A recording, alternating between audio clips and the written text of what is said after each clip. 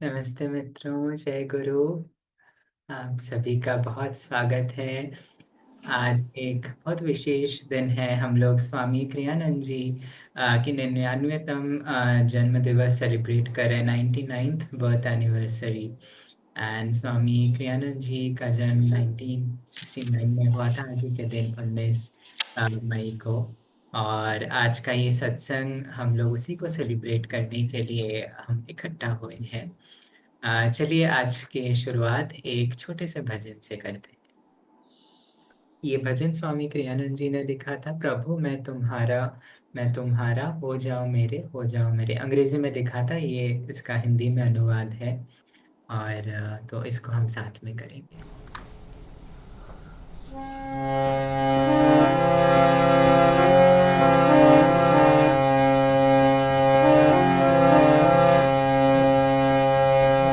प्रभु मैं तुम्हारा, मैं तुम्हारा, मैं तुम्हारा।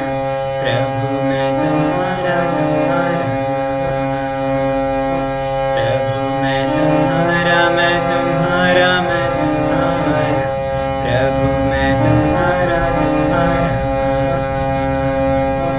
हो जाओ मेरे, हो जाओ मेरे, हो जाओ मेरे, हो जाओ मेरे। प्रभु मैं तुम्हारा, तुम्हारा। हो जाओ मेरे, हो जाओ मेरे, हो जाओ मेरे, हो जाओ मेरे। प्रभु मैं तुम्हारा, तुम्हारा। प्रभु मैं तुम्हारा, मैं तुम्हारा, मैं तुम्हारा। प्रभु मैं तुम्हारा, तुम्हारा। प्रभु मैं तुम्हारा, मैं तुम्हारा, मैं तुम्हारा। प्रभु मैं तुम्हारा, तुम्हारा। हो जाओ मेरे, हो जाओ मेरे, हो जाओ मेरे, हो जाओ मेरे। प्रभु मैं तुम्हारा, तुम्हारा। हो जाओ मेरे, हो जाओ मेरे, हो जाओ मेरे, हो जाओ मेरे। प्रभु मैं तुम्हारा, तुम्हारा।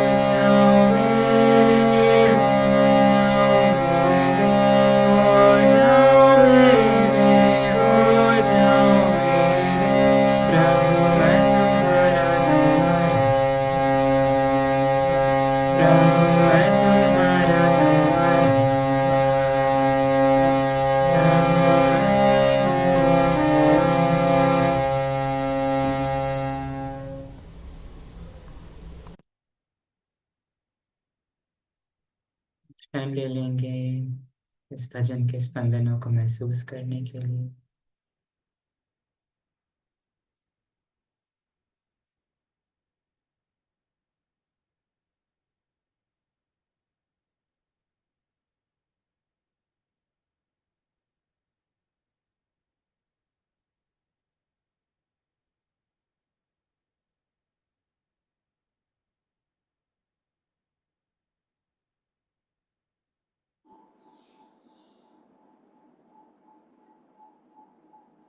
ओम शांति। आप सभी को फिर से मेरा नमस्कार और स्वागत है आज के इस सत्संग में। हम लोग आज स्वामी कृष्णानंद जी के जन्म दिवस को सेलिब्रेट कर रहे हैं साथ में। और मेरे साथ आज विभा जी भी हैं।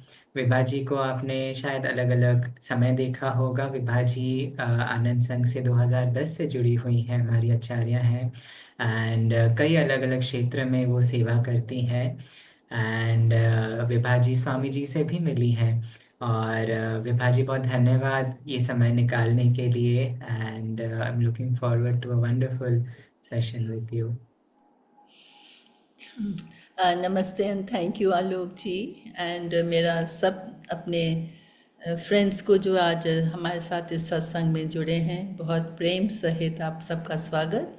और आप सबको बहुत बहुत देख कर मुझे आनंद मिल रहा है। कुछ दोस्तों को मैं जानती हूँ और कुछ को सोचती हूँ धीरे धीरे हिंदी संगा के साथ में जब आलोक जी मुझे और बुलाएंगे तो मैं बाकियों को भी जान जाऊँगी। और रमेश जी जब मुझसे कहेंगे कि आप सबसे थोड़ा कनेक्ट होइए, जब उनका ये आदेश आएगा तो मैं और जुड़ जाऊंगी और सबको और भी जान जाऊंगी। आज का दिन, आज का अवसर सब मित्रों बहुत ही स्पेशल है।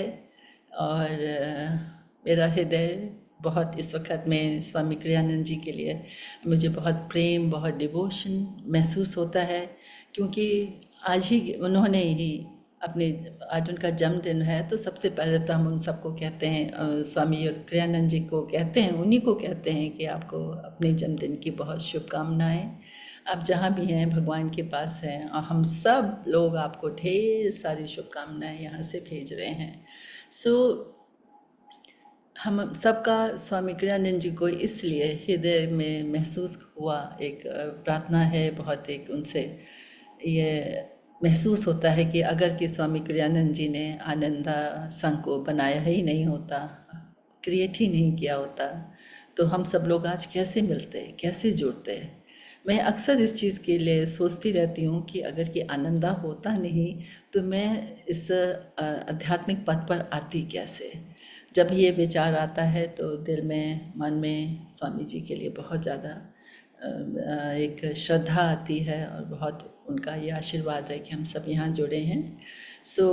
आलोक जी, हम एक प्रार्थना से फिर शुरू करें। हाँ, सब दोस्तों, आप सब लोग अपने हाथ जोड़ें और दिल में, मन में, जैसे जैसे हम गुरु का नाम लेंगे, स्वामी कृष्णानंद जी का नाम लेंगे, नाम के साथ में अपने हृदय में एक उनके लिए बहुत श्रद्धा और बहुत प्रेम से भर के हम सिर्फ नाम नहीं लेते हैं, साथ साथ में उनके चरणों पे हम अपना प्रणाम करते हैं। तो इस सब चीज़ों को ध्यान में रखते हुए चलिए हम प्रार्थना करते हैं। हे परम पिता, दिव्य माँ, मित्र, प्रियतम ईश्वर, बाबा जी कृष्णा, लहरी महाशय, स्वामी श्री युक्तेश्वर जी, परमहंस योगानंद जी, सभी संतों के महान संत, हम सभी को नमन करते हैं। स्वामी कृष्णानंद जी, फ्रेंड एंड गाइड, हम आपका नमन करते हैं। आपके जन्मदिन पर आपको श्रद्धांजलि अर्पित करते हैं और आपका बहुत बहुत धन्यवाद। आपने इतना अच्छा आनंद संघ बनाया जिसमें इस वक्त में बहुत सारे देशों में हज़ारों लोग जुड़े हुए हैं। आपको हम सबका बहुत बहुत नमन, प्रणाम।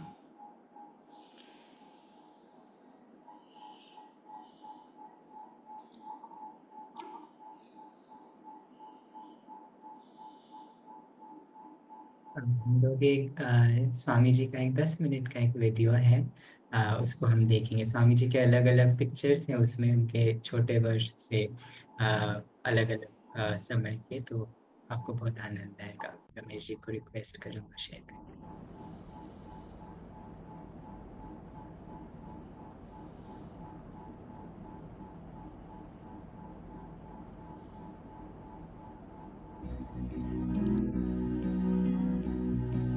Cerca in tutto il mondo dove l'umanità, nei piccoli paesi e nelle gran città, tu capirai che siamo fratelli, tu capirai che siamo fratelli. Vai in ogni casa, guarda con amor, ascolta ogni affanno, le gioie di ogni cuore. Tu troverai soltanto fratelli, tu troverai soltanto fratelli. Diverse son le onde che vagano sul mar, ma sotto nel profondo c'è solo l'unità. Così in Dio siamo fratelli, così in Dio siamo fratelli. Diverse le parole e la mentalità, ma dentro ogni uomo c'è la divinità che dice siete tutti fratelli, che dice siete tutti fratelli. O Signore mio altissimo, la mia vita dedico a te, le fatiche, gioia e dolor, il piacere e la melodia. Fammi mezzo della pace tua, quando è buio guidami dal ciel, dove offesa che io porti perdon, dove l'odio che io porti l'amor. Lord Most High, our Heavenly Father, all our lives we dedicate to Thee, all our labors, all our joys and woes, all our pleasure, all our melody. Make us each a channel of Thy peace. When in darkness, guide us from above. Where there's sorrow, may we sow Thy joy. Where there's hatred, may we share Thy love. O Signore mio altissimo, la mia vita dedico a te, le fatiche, gioia e dolor, il piacere e la melodia.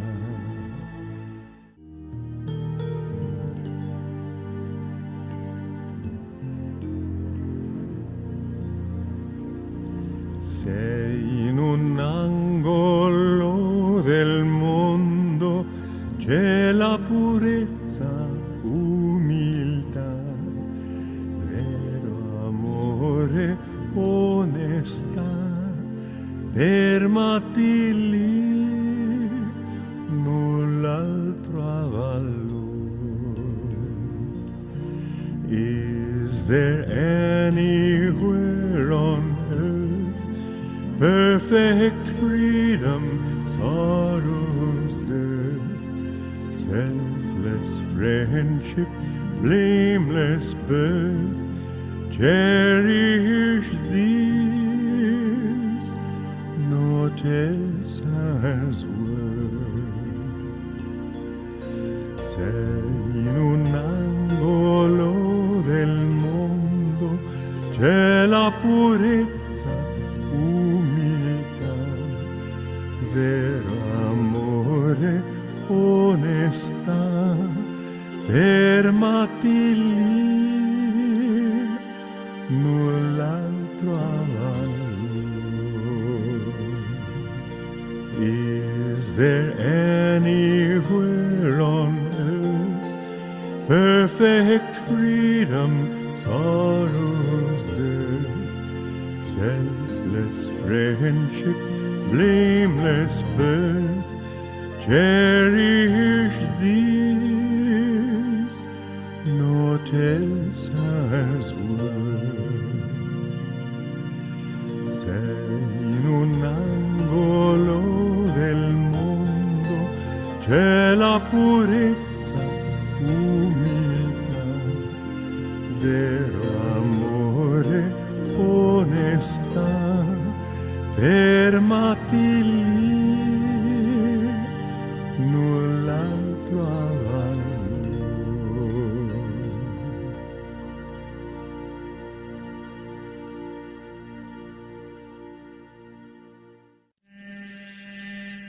No birth, no death, no cast have I. No birth, no death, no cast have I. Father, mother, have I none? Father, mother, have I none? I am he, blissful spirit, I am he. I am he, blessed spirit, I am he.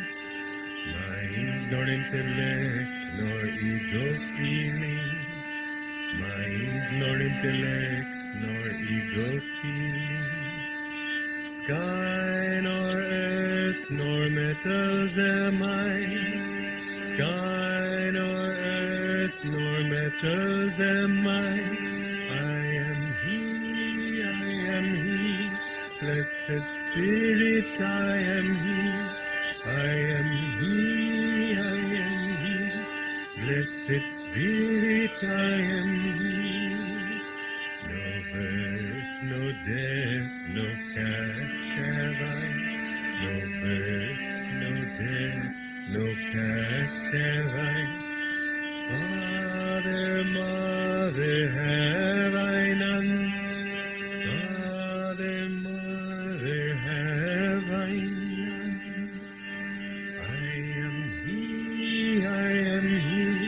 Blessed spirit, I am he. I am he, blessed spirit, I am he. I am he, blessed spirit, I am he. I am he, blessed spirit, I am he. I am he, blessed spirit, I am he. Blessed Spirit, I am he. So do thou, my Lord, so do thou, my Lord. Thou and I never apart, thou and I never apart. Wave of the sea, dissolve in the sea. Wave of the sea, dissolve in the sea. I am the bubble, make me the sea. I am the bubble, make me the sea. Make me the sea, oh, make me the sea. Make me the sea, oh, make me the sea. I am the bubble, make me the sea. So do thou, my Lord, so thou and I never apart, thou and I never apart. Wave sea, dissolve in the sea. Wave of the sea, dissolve in the sea. I am the bubbler, make me the sea. I am the bubbler, make me the sea. Make me the sea, make me the sea. Make me the sea, oh, make me the sea. I am the bubbler, make me the sea. I am the bubbler, make me the sea. So good, thou my Lord, so good, thou my Lord.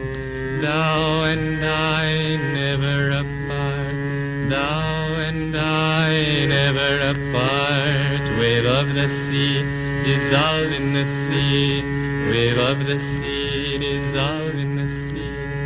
I am the bubble, make me the sea. I am the bubble, make me the sea. Oh, I am the bubble, make me the sea. I am the bubble.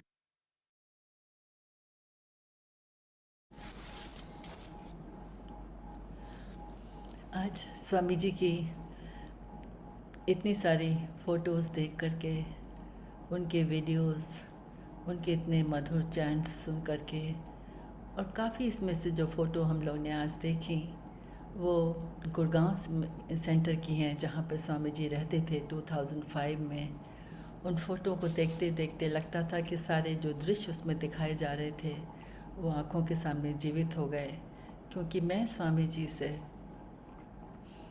पहली बार 2004 में गुड़गांव में ही मिली थी। तो उन सबको देख करके लग रहा था कि हर क्षण याद आ रहे थे स्वामी जी का प्रेम, उनका करुणा भाव, उनका अपने गुरु के प्रति निष्ठा। उनसे मिलने से ही जो भी उनको मिलता था, आई थिंक उसके जीवन में, उसके मन में जो उनकी अपने गुरु के प्रति निष्ठा थी, वो सबके मन में उस निष्ठा को एक तरह से उसका बीज बो देते थे, उस निष्ठा को भर देते थे। तो ये तो मेरे विचार एकदम से आ गए इस वक्त में इतनी सारी उनकी फ़ोटो और उनकी चैंटिंग सुन करके। आज आपसे थोड़ा सा स्वामी क्रियानंद जी के बारे में शेयर करना चाहूँगी, और साथ साथ में बीच बीच में जहाँ जहाँ मेरे कुछ उनके साथ में पर्सनल अनुभव हुए थे उनको भी कहूँगी। मैं न्यू पाथ पढ़ रही थी जो उन्होंने अपनी पुस्तक लिखी है। हम लोग ने पहले सबने सोचा कि ये पुस्तक जो लिख रहे हैं उनके जीवन की एक कथा होगी और किस तरह से आध्यात्मिक पाथ पर आगे बढ़े। इस किताब में उन्होंने काफ़ी लिखा है। शुरू में तो अपना जीवन जो था 17-18 साल तक का, उसको उन्होंने काफ़ी डिटेल में समझाया है। लेकिन सबसे बड़ी बात यह है कि उनका हृदय, उनके विचार, उनका प्रेम तो अपने गुरु में ही था, टिका हुआ था। तो बाद में सब किताब को पढ़ते पढ़ते लगा, अरे ये किताब में तो उन्होंने सारा वर्णन अपने गुरु का करा है कि उनका समय गुरु के साथ कैसा था। गुरु ने उनके हृदय को, उनके जीवन को सिर्फ 3.5 साल में कैसे बदल दिया। और मैं सोच रही थी वो अपनी कहानी लिखेंगे, थोड़ा अपना भी बताया, लेकिन अधिकांश उसमें जो किताब में लिखा गया है वो अपने गुरु के बारे में है। स्वामी जी सिर्फ जब 17 साल की उम्र में थे तो उनके हृदय में तो ईश्वर के प्रति बहुत प्रेम उभर रहा था, लेकिन एक 17 साल का बच्चा कैसे समझेगा ये हो क्या रहा है। वो सोचते थे कि ईश्वर को ढूंढने के लिए मुझे सत्य की खोज करनी है। वो ये भी नहीं सोच रहे थे कि मैं ईश्वर को ढूंढ रहा हूँ, वो सोचते थे कि मैं सत्य को ढूंढ रहा हूँ और मैं सत्य को जानना चाहता हूँ। उसके लिए उनके मन में एक बहुत ही गहरी प्रेरणा थी। जब वो ढूंढ रहे थे तो एक रात को उन्हें एक बहुत गहरा अनुभव हुआ। उनको उस अनुभव में ये महसूस हुआ कि जो मैं ढूंढ रहा हूँ वो एक चेतना होती है, वो एक कॉन्शियसनेस है। उस वक्त तो वो कॉन्शियसनेस का नाम ये नहीं दे पाए कि ये ईश्वर का एक दृष्टिकोण है या एक ईश्वर की ही प्रेजेंस है। उन्होंने ये समझा कि ये कॉन्शियसनेस है और जिसको मैं ढूंढ रहा हूँ वो एक चेतना है, वह एक दिव्य प्रेम है। उस वक्त में जब उनको इस कॉन्शियसनेस का जब उनको अनुभव हुआ तो उनका हृदय जो था एकदम प्रेम से भर गया, और वो बस इसी खोज में लग गए कि जो मैंने अनुभव किया है उसको मैं बार बार और उसको और अधिक अनुभव करना चाहते हैं। तो ईश्वर का भी प्लान होता है, जब वो देखते हैं कि उनका शिष्य, उनका इतना अच्छा चेला ईश्वर के पास आना चाहता है तो उसके लिए प्लान बनाते हैं। धीरे धीरे समय गुजरता गया। उनके पिताजी और माताजी जो अमेरिका में रहते थे, उनके पिताजी एक बहुत बड़ी ऑयल कंपनी में बहुत उच्च स्तर पर काम करते थे, तो उनको उनके काम से सब लोग उनकी कंपनी में बहुत प्रभावित थे और उनका ट्रांसफ़र यूरोप में हो गया। स्वामी क्रियानंद जी ने उस टाइम पे ये सोचा, जो ईश्वर की प्रेरणा होगी, कि मैं यूरोप नहीं जा रहा हूँ, मैं यहीं रहूँगा। और ये कि तरह से ईश्वर का विधान था कि अपने माता पिता को वो सी पोर्ट पर उनको छोड़ने गए, और वो माता पिता वहाँ से चले गए। वो उस समय अकेले थे अमेरिका में। वहाँ से सी पोर्ट से वो वापस आ रहे थे। ईश्वर का संविधान देखिए, जिस दिन वो उनको छोड़ कर के आए हैं और माता पिता वहाँ पर नहीं थे और वो अकेले वापस आ रहे थे, उनकी नज़र एक बुक स्टोर के ऊपर पड़ी।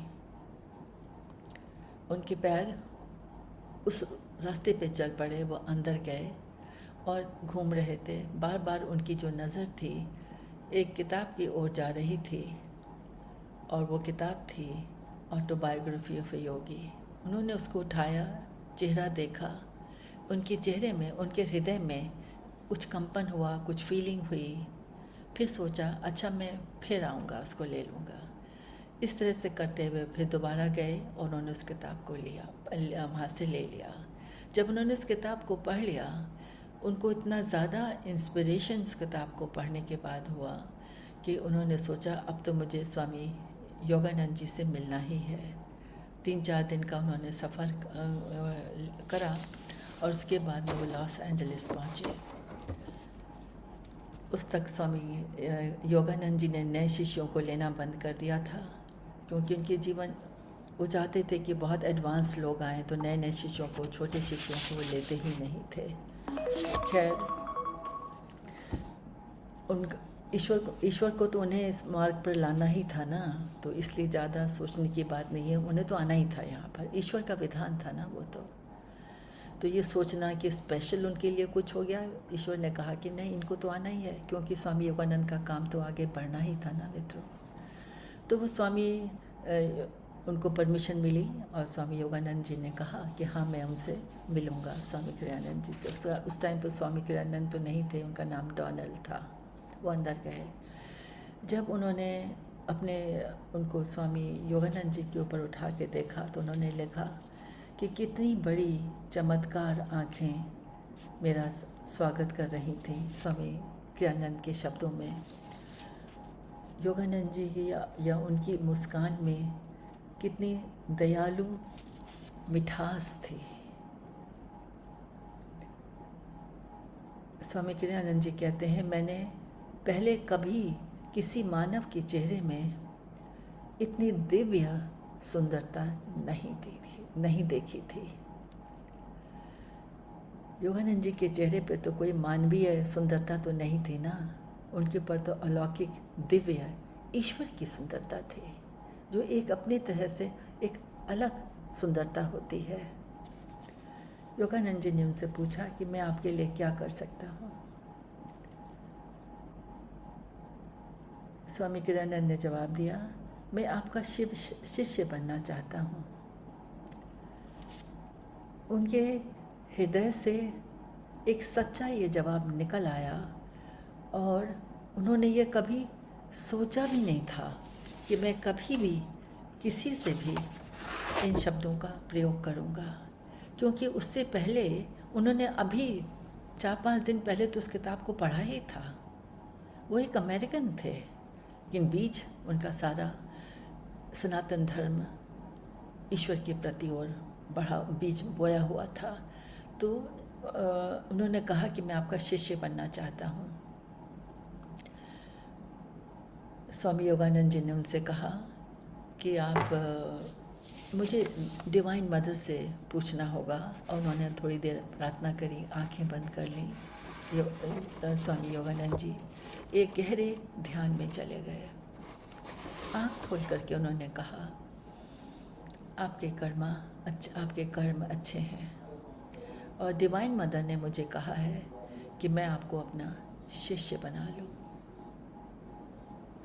कोई लंबी यात्रा की बात ही नहीं थी कि तुम इतने दिन पहले ये ध्यान करके आओ, इतने दिन ये इस तरह का अपना जीवन गुजारो तो मैं तुमको अपना शिष्य बनाऊंगा। सब कट शॉर्ट। क्यों? तो बिल्कुल एक बहुत ऊंची आत्मा थी जो कि ये सब चीज़ें पहले करके आ चुकी थी। और उन्होंने स्वामी क्रियानंद को अपना शिष्य ले लिया। जैसे कि मैंने पहले कहा था कि उस टाइम तक तो वो बहुत कम शिष्य ले रहे थे, लेकिन वो एक्सेप्ट हो गए। एक बहुत दिल को छूने वाली बात है कि स्वामी क्रियानंद जी ने अपने गुरु के साथ में 3.5 साल गुजारे थे। 3.5 साल फिजिकली, शारीरिक रूप में गुजारे थे। उन 3.5 साल में गुरु की अत्यंत प्रभाव, इंटेंसिटी ने, गुरु के आशीर्वाद ने, गुरु ने उनके प्रति प्रेम में उनके जीवन को 3.5 साल में बिल्कुल बदल दिया। उनके विचार, उनकी इनर आत्मा, जिसे हम कहते हैं ना इनर एनाटमी, विचार, उनका ढंग, उनकी सोच 3.5 साल में बिल्कुल बदल दी।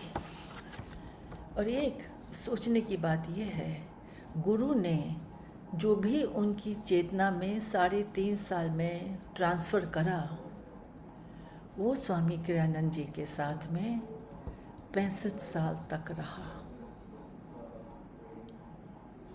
उसमें से वो कुछ नहीं भूले। हम लोग पथ पर आते हैं, समय लगता है। 3.5 साल में वो बिल्कुल बदल चुके थे। वो बिल्कुल अपने गुरु के जो प्रिंसिपल्स थे, जो गुरु करते थे, अपने जीवन में उतार दिया उन्होंने। और ऐसा पक्का उतारा कि कभी वहाँ से वो हिले नहीं। इसीलिए हृदय में उनके लिए बहुत कृतज्ञता, बहुत ग्रैटिट्यूड आता है कि उन्होंने जो 3.5 साल में उतारा अपने जीवन में। मैं 2005 में आई थी, करीब 20 साल हो रहे हैं। उन्होंने तो 3.5 साल में सारा उतार लिया।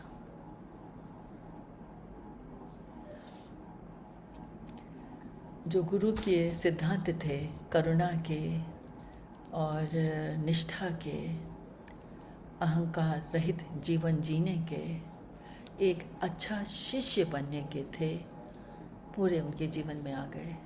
वो अपने शब्दों में स्वामी क्रियानंद जी कहते थे, मैंने कई बार सुना उनको ये कहते हुए, मेरा जीवन एक शिष्य की कहानी है। My life is a story of discipleship. हम सब उनसे जीवन से इस चीज़ को सीख करके अपने जीवन में उतारें, अपने जीवन को भी एक शिष्य की कहानी में बदल दें। स्वामी योगानंद जी के साथ रहने के बाद में उनके विचार, जीवन का ढंग, मनोवृत्तियाँ, एटीट्यूड सब कुछ बदल गए। एक बार उन्होंने एक लेक्चर में अपने गुरु को सुना था ये कहते हुए कि हमें विश्व में आध्यात्मिक या ब्रदरहुड कॉलोनीज़ बनानी चाहिए, जिसमें कि लोग एक ही तरह के आध्यात्मिक विचार, एक ही तरह की सोच और मनोवृत्तियाँ और जीवन का ढंग जो जिस तरह से वो जीना चाहते हैं, उस तरह के लोग आके साथ में रहें। उनका अपने गुरु के साथ में इतना गहरा कनेक्शन था कि उन्होंने, बहुत यंग थे उस टाइम, छोटे से थे, लेकिन उन्होंने अपने मन में ये ठान लिया कि मेरे गुरु ने एक बार इस चीज़ को व्यक्त करा था, मैं अपने जीवन का एक उद्देश्य यही बनाऊंगा। गुरु ने उनको कोई लिख करके एक बुक में नहीं दिया था कि ब्रदरहुड कॉलोनीज़ के सिद्धांत क्या होंगे और किसके आधार पर बनेगी, लेकिन उन्होंने अपनी चेतना को अपनी गुरु की चेतना से कनेक्ट करके उन्होंने 7 इंटरनेशनल ब्रदरहुड कॉलोनीज़ बनाई उन्होंने 400 संगीत लिखे और 150 किताबें लिखी अध्यात्म के ऊपर और क्रिया योग के ऊपर। जब वो स्वामी योगानंद जी ये भगवत गीता लॉस एंजलिस में लिख रहे थे, तो उन्होंने अपने साथ में स्वामी क्रियानंद को, बहुत यंग थे लेकिन बहुत ब्रिलियंट थे, बहुत तेज़ थे, बहुत होशियार थे, अपने बगल में बिठाया और कह रहे थे देखो मैं ये लिखते जा रहा हूँ, लिखा जो उन्होंने लिखा था उनको देते गए कि तुम इसको एडिट करो। लेकिन साथ में ये भी कहा कि एडिट करते समय ना इसमें एक भी शब्द मत बदलना। वो छोटे से थे, अपने कमरे में आए, सोचने लग गए मैं एडिट भी करूं और वो कह रहे हैं शब्द भी नहीं बदलो, तो मैं करूँगी क्या, मैं क्या कर सकता हूँ उसमें, मैं तो कुछ नहीं कर सकता, क्योंकि मेरे गुरु ने तो कह दिया कि शब्द ही नहीं बदलना है। सोचते रहे, मनन करते रहे इस बात को लेकर के। फिर गुरु ने उनको समझ भेजी। गुरु ने यह कहा कि देखो शब्द बदलने की बात नहीं है, मेरी जो उसमें सोच है, मेरी जो ईश्वर के प्रति भावना है ना, वो मत बदलना। एडिट का मतलब ये नहीं कि शब्द मत बदलना, एडिट का मतलब ये है कि जो ज्ञान मुझे ईश्वर से प्राप्त हुआ है, जब तुम एडिट कर रहे हो उसको मत बदलना। उस ज्ञान को जो स्वामी क्रियानंद ने अपने गुरु के जीवन में उतारा, हम सबका इस वक्त में यह जीवन का उद्देश्य है कि जो हमें ज्ञान प्राप्त हो रहा है उसको हम एडिट ना करें, उसको उसी तरह के गुरु को, ज्ञान को दिए हुए अपने जीवन में उतारें। एक मैं कहानी आपसे शेयर करना चाहती हूँ, जिसमें कि मेरा मतलब उनसे ज़्यादा संपर्क हुआ।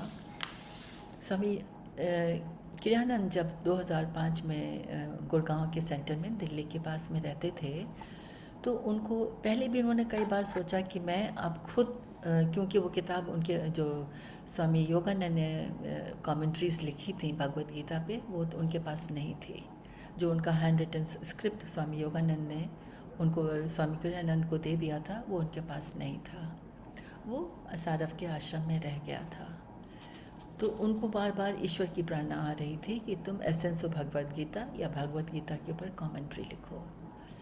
इन्होंने लिखना चाहते थे, लेकिन उन्होंने ईश्वर से प्रार्थना करी, अपने गुरु से प्रार्थना करी कि जो आपने मुझको नोट्स दिए थे वो तो मेरे पास हैं ही नहीं, मैं उनको लिखूं कैसे, दोबारा उनको मैं जीवित कैसे करूं।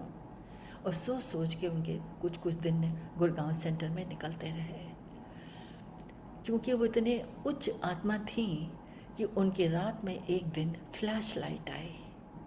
हाँ, एक ईश्वर का स्पार्क आया और ईश्वर के स्पार्क ने उनको ये कहा कि अरे भाई नोट्स नहीं है तो एक दिव्य स्मृति तो होती है ना, दिव्य स्मृति, डिवाइन मेमोरी, वो तुम में है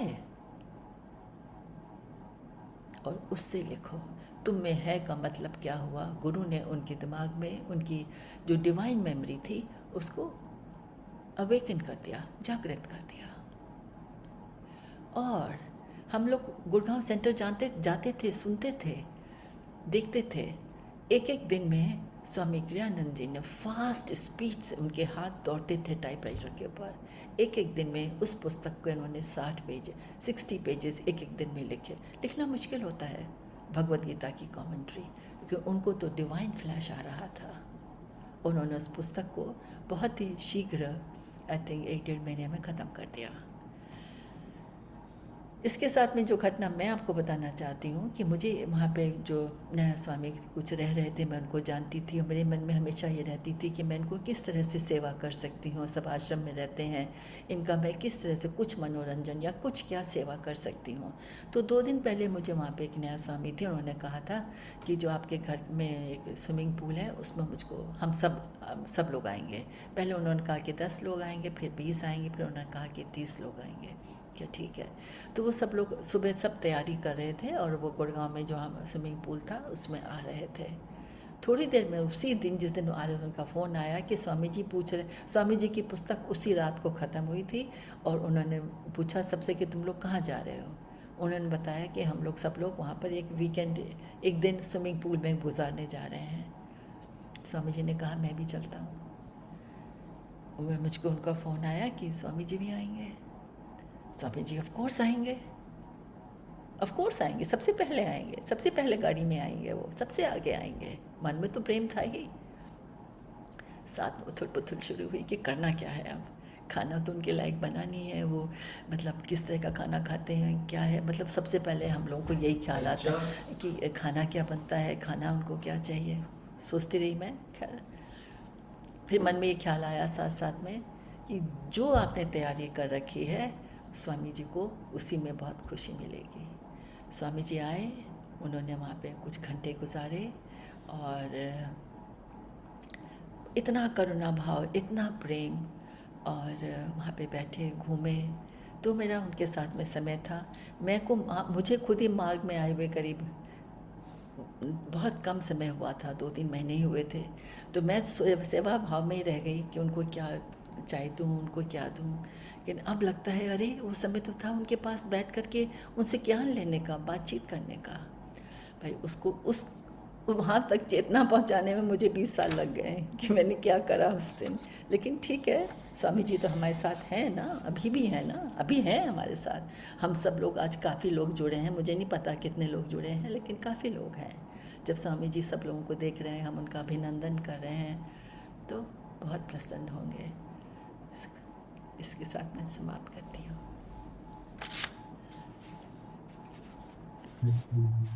बहुत सुंदर आपने अपना एक्सपीरियंस शेयर किया। इनफैक्ट आप जैसे जो बोल रहे थे, स्वामी जी भी वो फीलिंग व्यक्त कर रहे थे जब वो योगानंद जी के साथ थे। वो जब इवन 50 साल 60 साल जब उनको हो गए अपने शिष्यत्व के जीवन में, और तब वो रिफ्लेक्ट करते कि अब मेरी चेतना जहाँ थी या अब मैं जहाँ पे पहुंच पाया हूँ, काश मैं अब इस समय अगर मैं योगानंद जी के पास रहता तो और भी कितना ज्यादा उनसे ले पाता। एंड फिर वो बताया कि ऑफ कोर्स ये एंडलेस है, जब तक हम उस चेतना में एक नहीं हो जाते हैं। मुझे हमेशा आज से 20 साल बाद भी मुझे वही ख्याल आएगा कि शायद अब मैं अगर गुरु जी के साथ रहता तो मैं और भी उनसे ग्रहण कर पाता। और ये इतना सुंदर चीज है। एंड सबसे महत्वपूर्ण, जैसे आप बता रही थी कि उनकी उपस्थिति अभी भी हमारे साथ है। कि स्वामी कृष्णानंद जी, योगानंद जी कहीं गए नहीं है, दैट वो और हमारे साथ प्रेजेंट है। मेरे मन में एक दो कहानी आ रही थी स्वामी जी से रिलेटेड, एंड तो मैं मे बी वो शेयर करूंगा and फिर हम आगे जाएंगे। स्वामी जी ऑफ कोर्स, जैसे विभा जी भी बता रही थी ना, कि वो एक और में रहती थी कि एक मंत्रमुग्ध थी जब उन्होंने स्वामी जी को देखा। स्वामी जी भी वैसे थे जब वो योगानंद जी से मिले एंड उनके उनको देखते, या जब वो सामने आते या उनसे मिलते। आप समझ सकते, सिर्फ वो 22 साल के थे, उन्हें कुछ पता नहीं था। पहले ही दिन वो जब गए, एक एक टाइम था जब उन्हें लग रहा था मुझे रिजेक्ट कर दिया जाएगा, मैं घूम के आऊंगा, और फिर दूसरे ही क्षण उन्हें एक शिष्य के रूप में योगानंद जी ने स्वीकार कर लिया और वो आश्रम में जुड़ गए। और इतना सब कुछ एक साथ हो रहा था उनके मन में। तो एंड उसके साथ योगानंद जी को वो एक स्तर पे देखते हैं जैसे हम भी रखते हैं अपने गुरुजनों को। और उनके मन में ये रहता कि जो कोई गुरु होते हैं ऐसे कि वो हमेशा शायद सीरियस रहेंगे, हमेशा हमेशा चिंता में रहेंगे। एंड लगता है ना कि एक पर्सनालिटी होगी, एक गुरु है, एक स्पिरिचुअल टीचर है, उनके बोलने का तरीका एक जैसा होगा या कहने का तरीका होगा, हमेशा स्पिरिचुअल सिद्धांते वो शायद व्यक्त कर रहे होंगे। और फिर उन्होंने देखा, और इनफैक्ट वो शेयर करते हैं कि जब उन्हें स्वीकार कर दिया और फिर वो आए आश्रम में, उनके एक और गुरु भाई थे, वो एक लेक्चर दे रहे थे, और वो भी थोड़ा उस तरीके का कि एकदम सीरियस होके जैसे कोई सरमन दे रहा है उस तरीके का वो बात कर रहे थे। और उन्हें लगा कि हाँ हाँ, शायद गंभीर बातें ऐसी की जाती है कि ऑफ कोर्स उसमें वेट होता है एंड एक्सटर्ननेस होती है। और फिर जब उन्होंने देखा योगानंद जी को कि अरे गुरु जी तो जब वो आए कि नेक्स्ट उनका जब सत्संग था, वो बात करने लगे कि वो गुरु जी तो सामान्य रूप से बात कर रहे हैं। ऑफ कोर्स योगानंद जी बहुत ऊर्जा के साथ आते हैं, आपने जैसे सुना होगा कि गुरु जी कभी कभी एकदम दौड़ते हुए स्टेज के ऊपर उठते और पूछते कि how is everybody, how feels everybody, और पूरा जो क्राउड होता वो बोलते क्या है, awake and ready end of course. But उसके बाद जो गुरुजी के कहने का तरीका होता है वो बहुत साधारण होता है, जैसे आमतौर पे हम बात करते हैं। एंड स्वामी जी बोलते कि उस साधारण अवस्था में ही कि गुरुजी इतने प्रोफाउंड जो ये शिक्षाएं हैं, इतनी गहरी शिक्षाएं आम बात से हमें बोल के चली जाती, कि काफी समय वो इवन ऐसे हंसी मजाक की चीजें बोलती कि लग रहा है कि ऐसे ही आमतौर पे हम एक मित्र के साथ जैसे बात करते हैं, हंसी मजाक करते हैं, और फिर तुरंत वो उसके बाद कुछ एक बहुत महत्वपूर्ण चीज सिखा के चले जाते हैं। और एक इनफैक्ट स्वामी जी बताते कि तो शुरुआत में एक ऑफ कोर्स एक डिस्टेंस स्वामी जी को लगता कि हाँ गुरु जी हैं और उनसे पूछना है, तो ऑफ कोर्स वो ज्यादा पूछते नहीं, ज्यादा ऑफ कोर्स उनके साथ रहते, बट उनके मन में तो काफी सारे विचारे चलते कि गुरु जी अब हैं तो उन्हें ये पूछना है, वो पूछना है, या मैं कैसे जा रहा हूँ, मुझे मेरे सवालों के जवाब चाहिए। एंड इनफैक्ट काफी समय ये स्वामी जी बोलते कि गुरुजी सत्संग में उनके सवाल के जवाब दे देते या उन्हें पता चल जाता। एंड तो एनीवेज, बट ये एक पहला मौका आया, जैसे योगानंद जी 29 पाम्स करके एक जगह है वहां पे, जहाँ गुरुजी सेक्लूजन में जाते, एकांतवास में जाते लिखने के लिए, तो कुछ कुछ मंक्स को वो साथ में ले जाते। तो एक समय था कि जब स्वामी जी को, स्वामी कृष्णानंद जी को वो साथ में ले गए। एंड फिर वो पहली मुलाकात हुई उनके साथ, मुलाकात नहीं, पहली बार वो क्लोज प्रॉक्सिमिटी में थे योगानंद जी के साथ। एंड फिर एक समय आया कि उनके जो एक साथ में उनके गुरु भाई थे, आई थिंक बर्नार्ड थे, वो चल के गए कहीं बाहर कुछ काम में। और फिर उन्हें स्वामी जी को लगा कि अच्छा चलो अब मेरे पास ये मौका है पकड़ने का गुरु जी को। जैसे हम सोचते हैं कि अच्छा अभी मैं अपने सारे प्रश्न पूछूंगा, और वो सोचे कि क्या पूछते हैं, क्या पूछते हैं, चलो अच्छा मैं ओम टेक्निक के बारे में या मैं कैसे कर रहा हूँ वो पूछता हूँ। एंड उन्होंने पूछा कि गुरु जी ओम, ओम कैसे सुनते हैं, क्या कैसी आवाज होती है, आप थोड़ा मुझे बताइए। And वो ऐसे सोचने लगे, और योगानंद जी बोले करके चुप हो गए, जस्ट मतलब करके बोलकर। वो बोले कि अच्छा, मैं सोच रहा था कुछ और बोलेंगे गुरु जी की ये होता है वो होता है और ऐसे करके हम सुनते हैं।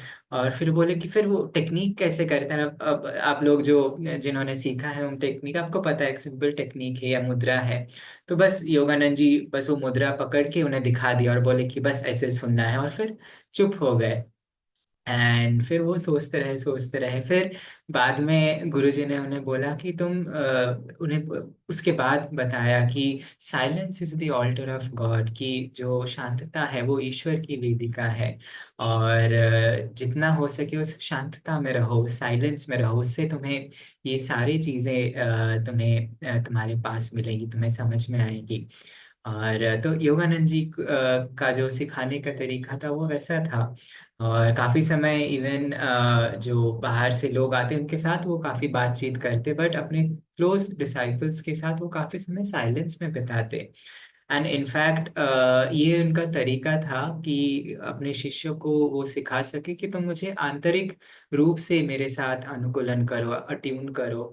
और जो कि बहुत महत्वपूर्ण है। स्वामी जी विभा जी जैसे बता रही थी कि 3.5 साल ऑफ कोर्स बहुत करीबी रूप से योगानंद जी के साथ वो थे, और बहुत कुछ सीखा योगानंद जी से स्वामी जी ने। बट अगेन 3.5 साल भी कम होते हैं अगर हम एक पूरे लाइफ टाइम को देखें। एंड स्वामी जी के उसके बाद की जो शिष्य अपने पूरे जीवन की जो 65 साल जो उन्होंने बिताया, किस तरीके से बिताया, कि 3.5 साल बाद तो योगानंद जी थे नहीं उनके पास कि पूछने के लिए कि गुरुजी अब मैं क्या करूँ, अब मेरे पास ये समस्या है या वो समस्या है।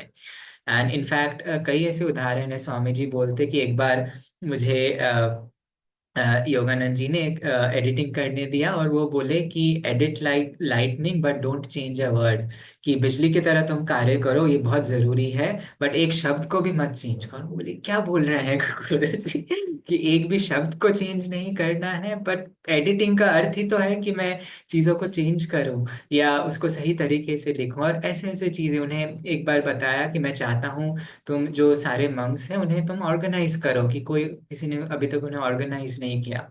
और वो बोले ठीक है, बट ऑफ कोर्स वो 22-23 साल के थे उस समय, और बाकी इतने जो मंक्स थे कई सालों से वहां पे थे। और योगानंद जी ने बोला कि हाँ, मैं बात करूंगा तुम्हारे साथ, इसके साथ हम लोग बात करेंगे। बट कभी योगानंद जी बात नहीं किए। एंड स्वामी जी क्या बताएं कि ऐसा नहीं है कि वो समय नहीं मिला होगा, कुछ 2-3 इंस्ट्रक्शंस तो वो दे ही सकते थे, बट वो चाहते कि मैं आंतरिक रूप से ट्यून इन करूं, अनुकूलन करूं आपके साथ। और ये बहुत ज़रूरी है जो स्वामी जी, और ये हमारे लिए भी बहुत ज़रूरी है जो स्वामी जी हमें बता रहे हैं, जो दिखा रहे हैं कि आंतरिक रूप से सुनना कि गुरुजी क्या चाह रहे हैं। एंड गुरुजी मतलब ईश्वर ही है, राइट, जो क्या चाह रहे हैं। इवन स्वामी जी जब शुरुआत में थे, स्वामी जी का जीवन इतना इतना सुंदर, इतना मधुर है, इस वजह से भी क्योंकि वो एक तरीके से हम सभी की चेतना को रिफ्लेक्ट करते हैं। कि हम जब शुरुआत में आते हैं मार्ग में, हमारे अंदर काफी चिंताएं होती हैं, शंकाएं होती हैं, डाउट्स होते हैं, हम सोचते हैं मेरे से नहीं हो पाएगा या मैं इतना वर्थवाइल नहीं हूँ। स्वामी जी हर एक उन चीजों से वो गुजरे। इनफैक्ट ये जो मैं कहानी बता रहा था जो साइलेंस की, उसमें योगानंद जी ने उन्हें कहा कि तुम अपने पूर्व जीवन में बहुत ज्यादा तुम बात करते थे, इस वजह से ये जो तुम्हें शांतता में थोड़ा अनकंफर्टेबल लग रहा है, बट इसमें तुम यूज टू होने में तुम्हें मेहनत करनी पड़ेगी, बट तुम हो पाओगे। ऑफ कोर्स योगानंद जी का आशीर्वाद था उसमें। एंड ये भी उनसे उन्होंने कहा था कि तुम अपने पूर्व जीवन में बहुत डाउट करते थे, शंकाएं तुम्हारे मन में बहुत ज्यादा थी, और इस वजह से तुम्हें समस्याएं होती थी। एंड तो उस पे तुम कार्य करो। ये योगानंद जी ने उन्हें बताया। बट मैं जो कह रहा था कि जैसे वो हमारे जीवन के उस अलग अलग पहलुओं को, क्योंकि वो उससे भी गुजरे, हर एक जो हमारे अंदर जो डाउट्स आती हैं या जो हमारे अंदर जो स्ट्रगल्स आती हैं, and उन्होंने ये बताया, वो ये दिखाया, ये मार्ग दिखाया कि कैसे हम भी ट्यून कर सकते हैं कि गुरु की उपस्थिति, योगानंद जी की उपस्थिति या स्वामी जी की उपस्थिति हमारे साथ अभी भी मौजूद है। End of course Swami ji ने जैसे इतनी सारी किताबें लिखी, इतने संगीत लिखे, कम्युनिटीज एस्टैब्लिश की, इतने लेक्चर्स दी वर्ल्ड वाइड, वो मूव करके लेक्चर्स दी। बट इसके पीछे जो था, जो इसका जो नींव या फाउंडेशन, वो थी उनकी शिष्यत्व या उनकी जो अनुकूलन ईश्वर के साथ, गुरु के साथ। विभा जी ने एक बहुत सुंदर चीज बताया कि जैसे स्वामी जी ने बताया कि मैं चाहता हूँ मैं मेरा जीवन एक शिष्य शिष्य का जो जीवन है उसके उसके रूप में जाना जाए, कि I want to be a good disciple, और I want my life to be known as that of a discipleship, as that of a disciple, एक अच्छे शिष्य के रूप में जाना जाना चाहता हूँ। एंड ये बहुत इम्पोर्टेंट है। एक और स्वामी जी एग्जाम्पल दे रहे थे, छोटी कहानी, बट कि काफी समय योगानंद जी की उनका जो तरीका था, ऑफ कोर्स स्वामी जी को इससे वो बाहर निकालना चाहते थे, तो वो बहुत सामान्य चीजों के द्वारा उन्हें कुछ कुछ शिक्षाएं देना चाह रहे थे। एक बार उनसे पूछा कि स्वामी स्वामी जी को पूछा बहुत सिंपल कि ये जो पृथ्वी है, ये बाहर जो ऑर्बिट में घूमती है, बाहर क्यों नहीं चले जाती, कि ये तो बाहर जा सकती है। और ऑफ कोर्स स्वामी जी बोले कि अच्छा, गुरुजी को शायद एस्ट्रोनॉमी के ऊपर कुछ लेसन चाहिए, शायद उन्हें पता नहीं है, हो ही सकता था। एंड उन्होंने बोला कि क्योंकि ये जो सूरज है उसका जो चुंबकत्व है, जो ग्रेविटेशनल फोर्स है, वो खींच के रखती है। तो फिर योगानंद जी बोले तो फिर पृथ्वी सूरज में खींच के चली क्यों नहीं जाती, उससे टकरा क्यों नहीं जाती। And वो भी स्वामी जी बोले कि हाँ, क्योंकि जो सेंट्रीफ्यूगल फोर्स है, जो क्योंकि वो घूम रही है उसके रोटेशन के वजह से, उसके वजह से वो उसे दूर जाती है। और योगानंद जी एक स्माइल दिए, बोले कि अच्छा, बहुत अच्छी, इस टाइप का रिएक्शन था। और शुरुआत में वो सोचे कि अच्छा चलो कुछ जानने की कोशिश करें। फिर बहुत समय, कुछ महीने बाद उन्हें समय समझ में आया कि अच्छा, ये योगानंद जी मुझे ये सिखा रहे थे कि जैसे ईश्वर वो सूरज के तरह है जो हमें उनके तरफ खींचती है, और हमारी जो डिजायर्स होती हैं, जो हमारे अटैचमेंट्स होती हैं, वो उस फोर्स की तरह है जो हमें बाहर ले जाती है ईश्वर से। और मुझे गुरुजी ये सिखाना चाहते थे। एंड जो सबसे महत्वपूर्ण चीज है, स्वामी जी बहुत एकाग्रता के साथ हर एक चीज नोटिस करते, हर एक चीज देखते। कई साल बाद ये कहानी ज्योतिष देवी जी शेयर करते हैं कि एक बार स्वामी जी के साथ वो टहल रहे थे, और स्वामी जी उस समय कुछ सोच रहे थे, और फिर अचानक से एक रिएक्शन आया स्वामी जी का, अच्छा गुरु जी ये कह रहे थे। यानी ये करीब 40 साल, 45 साल बाद गुरु जी के शरीर छोड़ने के। एंड फिर उसके बाद ऑफ कोर्स जब वो वॉक से वापस आए, और फिर आई थिंक देवी जी ने उनसे पूछा कि स्वामी जी आप क्या, उस समय आपको पता चला? स्वामी जी बोले मुझे गुरु जी ने एक एक उनका एक आईब्रो का मूवमेंट था, या शायद कुछ बोला था किसी और शिष्य को, और मुझे लगा वो किसी और से बात कर रहे थे, बट वो गुरु जी मुझे इंस्ट्रक्शन दे रहे थे, और मुझे मुझे अब पता चला कि अच्छा वो मेरे लिए था, वो उस दूसरे शिष्य के लिए नहीं था। और अगेन कि स्वामी जी हर एक उस मोमेंट के बारे में याद करते हैं, अच्छा गुरुजी मुझे क्या बोल रहे हैं, क्या सिखाना चाह रहे हैं। एंड इसमें हमारे लिए भी बहुत इम्पोर्टेंस है कि अगर हम देखें, स्पेशली जो हम इस मार्ग में हैं, हम जो शिष्य हैं, कि हर एक चीज अगर हमारे जीवन में आ रही है हमें कुछ सिखाने के लिए, हर एक चीज गुरु जी या ईश्वर हमें सिखाना चाहते। इनफैक्ट एक और स्टोरी फिर मैं इसमें आऊंगा कि एक बार जैसे योगानंद जी जाते 29 पार्क्स में, तो स्वामी जी दूसरे लोग कुछ कुछ चुने हुए शिष्य को ले आते। इनफैक्ट एक मजेदार कहानी है, स्वामी जी जोक करके बताते हैं कि योगानंद जी बताते कि मैंने दिव्य माँ से पूछा कि दिव्य माँ, मैं जा रहा हूँ वहां पर 29 पार्क्स में, एंड मैं किसको लेके जाऊं मेरे साथ? और वो बोले कि वॉल्टस तुम्हारा, उन्हें वॉल्टस करके बुलाते, कि तुम, वॉल्टस का चेहरा मेरे सामने आया।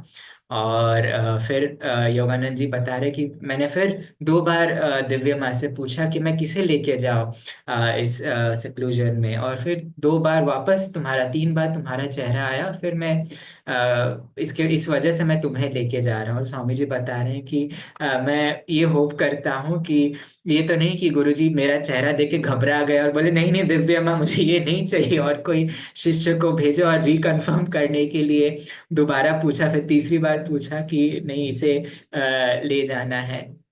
But of course Swami ji वो जोक करके बताते हैं। एंड ये इनफैक्ट स्वामी जी बताते हैं कि ये योगानंद जी, ऑफ कोर्स उन्हें इवन पूछने की भी जरूरत नहीं थी, बट वो हमें ये दिखा रहे थे कि कैसे हर एक चीज, इवन छोटी से छोटी चीज, किसे मैं साथ में लेके जाऊं, वो भी वो दिव्य माँ से पूछते, और एक बार नहीं, वो बार बार पूछा करते कि मैं क्या करूं, या किसे लेके जाऊं, या क्या करना चाहिए। वो हमें बता रहे थे कि किस तरीके से एक शिष्य की सोच होनी चाहिए, किस कैसे हमारा एटीट्यूड होना चाहिए, हर एक चीज गुरु से या ईश्वर से पूछने का। तो एनीवेज, मैं कहानी में चला गया, मैं जो बताना चाह रहा था।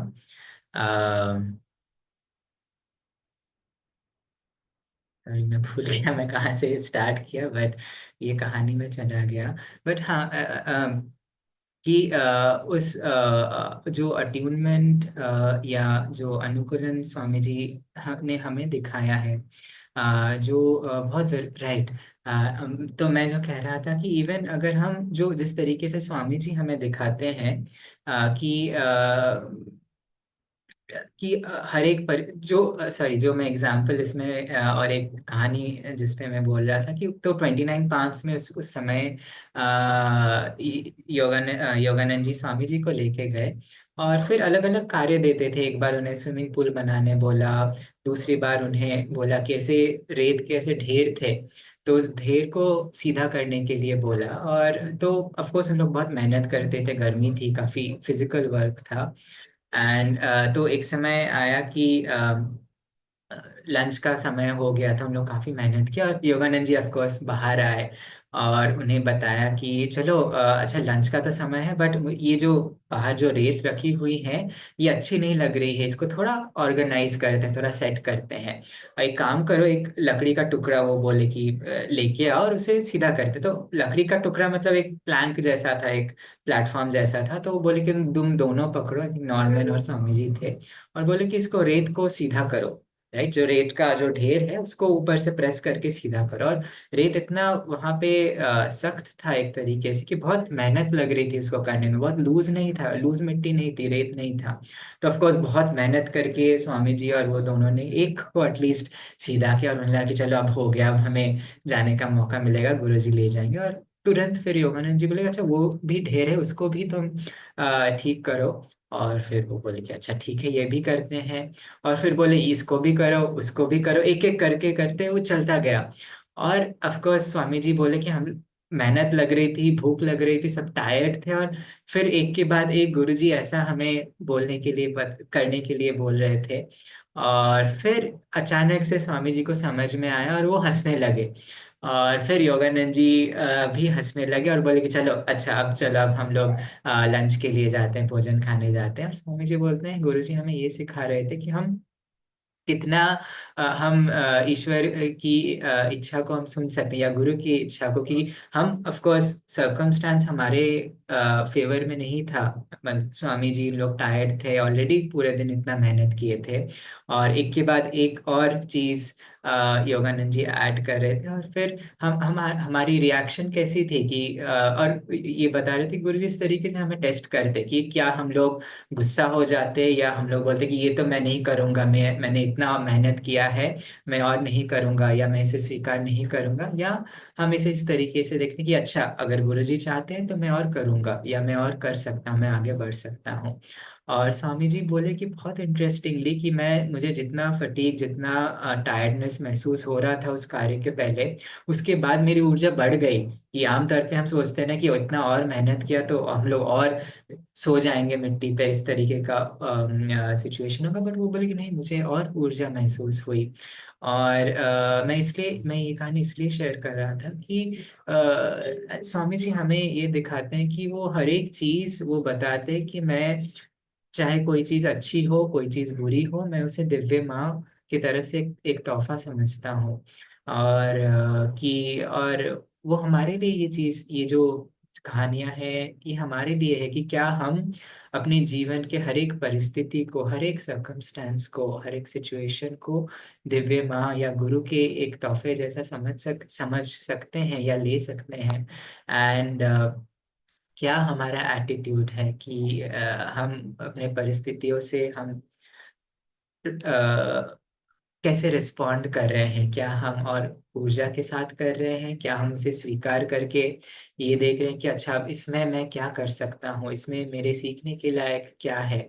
या हम रेजिस्ट करते हैं कि ये मुझसे नहीं होगा, ये मैं नहीं कर पाऊंगा, या यहाँ मैं नहीं जा पाऊंगा, ये मेरे लिए है ही नहीं, ईश्वर कहीं गलती कर रहे हैं, वो मुझे देख नहीं रहे हैं। क्या रिएक्शन है हमारा। और आसान नहीं होता है, स्वामी जी के लिए वो सिचुएशन आसान नहीं था, किसी और के लिए शायद वो सिचुएशन आसान हो सके। बट हमें वही वही परीक्षाएं, वही टेस्ट दी जाती है जो हमारे लिए उतना आसान नहीं होता है, जिससे हमें स्ट्रगल करना पड़ता है, क्योंकि हम सीखते हैं उससे। बट हमारे लिए कोई भी जो परीक्षा आती है, ऐसा नहीं होता कि हम उसे ओवरकम नहीं करते। ईश्वर हमारी तरफ ऐसी कोई चीज नहीं भेजते जिसका हम सामना नहीं कर सकते। थोड़ा सा और हमें एफर्ट डालना है, थोड़ा सा और मेहनत करना है। और जो इस मार्ग में सबसे जो खूबसूरत चीज़ है कि हम अकेले नहीं हैं, कि गुरु हमारे साथ हमेशा है। क्रियानंद जी ये कहते हैं कि मैंने जितना भी बहुत सारे कठिन परिस्थितियों से भी स्वामी जी गुजरे, और वे कहे कि मैंने हर एक परिस्थिति के बाद देखा कि ये गिफ्ट था गुरु जी के तरफ से मेरे लिए, कि वो कठिन परिस्थिति नहीं थी, कि ऑफ कोर्स मुझे स्ट्रगल करना पड़ा या मुझे उससे गुजरना पड़ा, बट मैं उसके बाद हर एक टेस्ट के अंत में मैंने देखा कि वो मेरे भलाई के लिए था, कि उसने उससे मुझे मैं आध्यात्मिक रूप से और अधिक बढ़ा। एंड ये हमारे सभी के लिए एक बहुत बड़ी सीख है, या एक, अगर हम देख सके उसको उस लाइट में, इस प्रकाश में। तो चलिए, इसके साथ मैं यही समाप्त करूंगा। हम लोग दो भजन सुनेंगे और फिर उसके बाद एक छोटी सी साधना में जाएंगे। मैं विभा जी से बोलूंगा फर्स्ट चैंट करने के लिए। आलोक जी, आपने बहुत अच्छा बताया। और गुरु हमारे हमें शिष्य की तरह से किस तरह से आगे बढ़ना चाहिए, बहुत अच्छा लगा सुन करके। अब हम एक भजन है, हरि में तेरा हमेशा, इसको सुनते हैं, उसके बाद ध्यान होगा।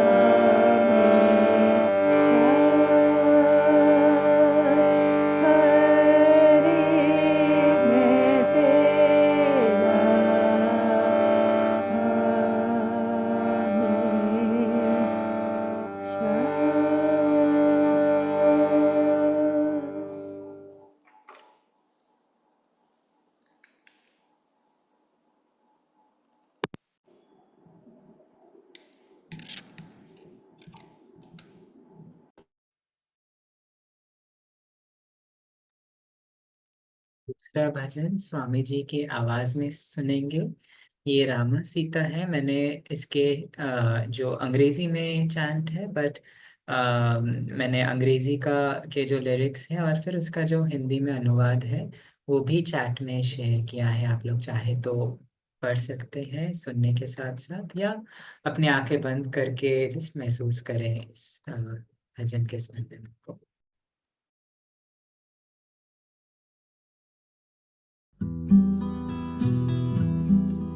Rama was a ruler's son long ago, long ago.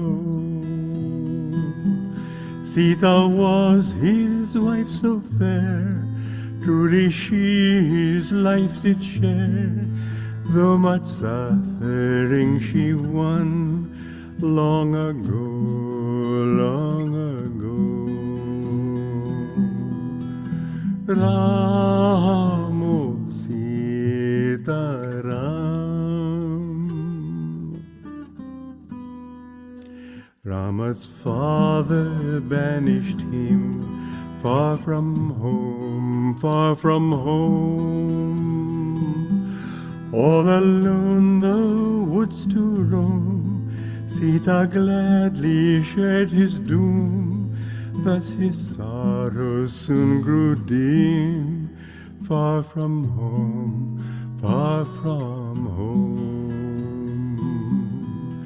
Ramo Sita Ram. One day came an evil man, woe the hour, woe the hour. Stole Ram's wife while Ram was gone, carried her to his own home. Thus her soul's dark night began, woe the hour, woe the hour. Ramo Sita Ram. True was she, though sorely pressed, Rama's wife, Rama's wife. Long she spared the stranger's pleas, harsh she called his life of ease. Only tested love is blessed, Rama's wife, Rama's wife. Ramo Sita Ram. Ram at last did win her back, sorrows fled, sorrows fled. Soon they to their palace went, ended now Ram's banishment, ended all their years of lack. Sorrows fled, sorrows fled. Ramo Sita Ram.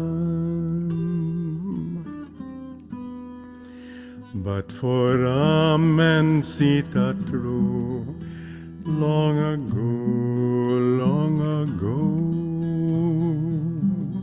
love was all their riches still, palace gold could never fill, hearts that heaven's laughter knew, long ago, long ago. Ramo Sita Ram.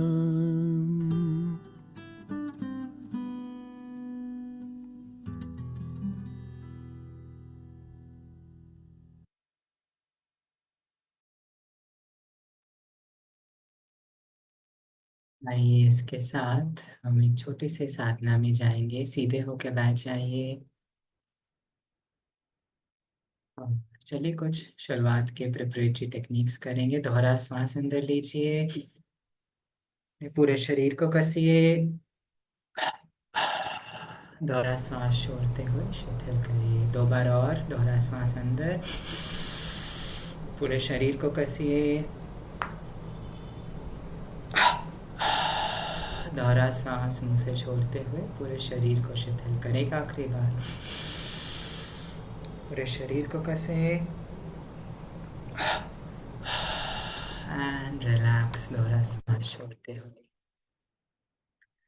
अपना आसन एक बार जांच लें, मेरुदंड सीधी, हथेलियां ऊपर की ओर, मुड़ी पेट और जांघ के संधि स्थल पर रखते हुए, छाती खुली हुई, ठंडी जमीन से समतल। आंखें बंद करें, आंखों की दृष्टि जैसे दूर किसी पर्वत चोटी की तरफ एकाग्र। अपने शरीर को शिथिल रखें और स्थिर रखें। एक छोटी साधना होगी, बट गहरा जाने की कोशिश करें। अपने हृदय को खोलें गुरुओं की उपस्थिति के लिए। महसूस करें वो आपके साथ हैं, स्वामी जी आपके साथ हैं।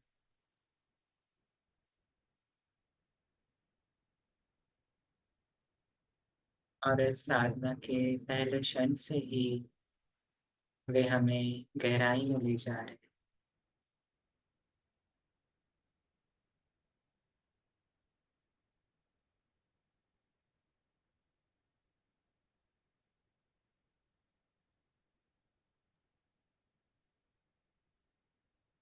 तो जो टेक्निक पता है आप उसका अभ्यास कर सकते हैं। हौंसा, कोई और टेक्निक, क्रियाबान 14 क्रियाएं कर सकते हैं और फिर साइलेंस में बैठे। जो लोग नए जुड़े हैं, अगर आपको कोई टेक्निक पता नहीं है, केवल अपने श्वास को महसूस करें। अपने आंतरिक आनंद, शांति को महसूस करें। गुरु के साथ ध्यान करें।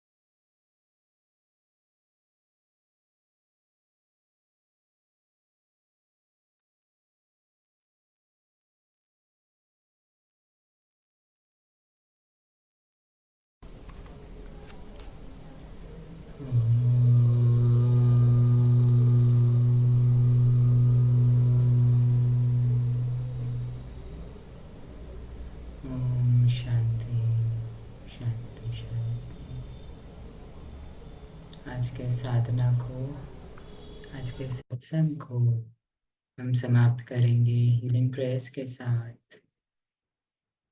अगर कोई ऐसे विशेष लोग हैं जिन्हें इस आरोग्यता की ज़रूरत है, उन्हें महसूस करें अपने कुटस्थ में, इस प्रकाश में।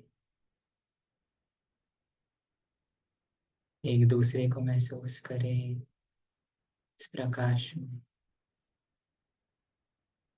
पूरे विश्व को महसूस करें इस प्रकाश में।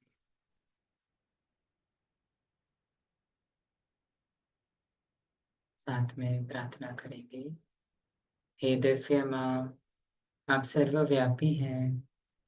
आप आपके सभी बच्चों में हैं। अपनी आरोग्यकारी उपस्थिति सभी के शरीर, मन और आत्मा में अभिव्यक्त करें। अपने हथेली रगड़ें और तीनों के साथ हम इस घोषणा को पढ़ेंगे।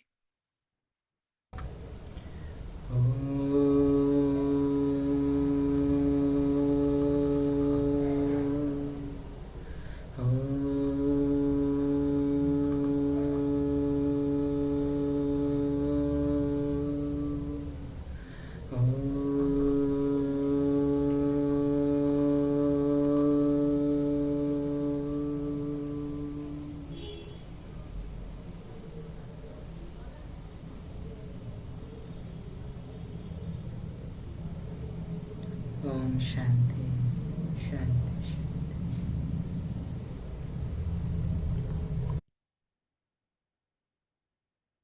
सभी का बहुत धन्यवाद सत्संग में जुड़ने के लिए, अपनी ऊर्जा डालने के लिए। विभा जी को थोड़ा जल्दी जाना पड़ा, उनका कन्वोकेशन था, बट उनका भी धन्यवाद बहुत सुंदर शेयरिंग के लिए। रमेश जी आपका भी धन्यवाद, और आप सभी का धन्यवाद। और आज की रात बहुत शुभ रहे, आगे का जो हफ्ता है बहुत शुभ रहे। वापस हम किसी न किसी सत्संग में दोबारा मिलेंगे। जय गुरु।